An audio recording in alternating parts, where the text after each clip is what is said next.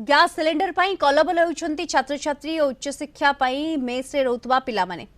पाठ पढ़े ना गैस सिलेंडर जोगाड़ करेंगे ताकू नहीं चिंतार घर बाहर रही विभिन्न चाकरी कि विभिन्न परीक्षा प्रस्तुत होता छात्र छात्री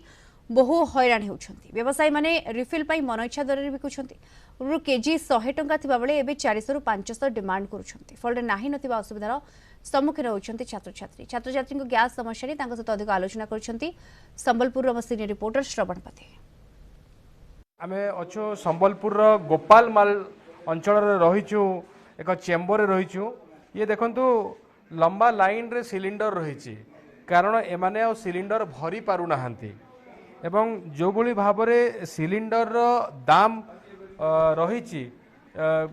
पाखापाखि गोटे केजी को भरिले 250 रु 300 टंका ब्लैक रे मिलुची तेणुकरी गैस भरिबा तांको पई संभव नुहे बाहर होटेल रे खाइबा मध्य संभव नुहे आमे अछु चेम्बर रे आम सहित जड़े छात्र अच्छा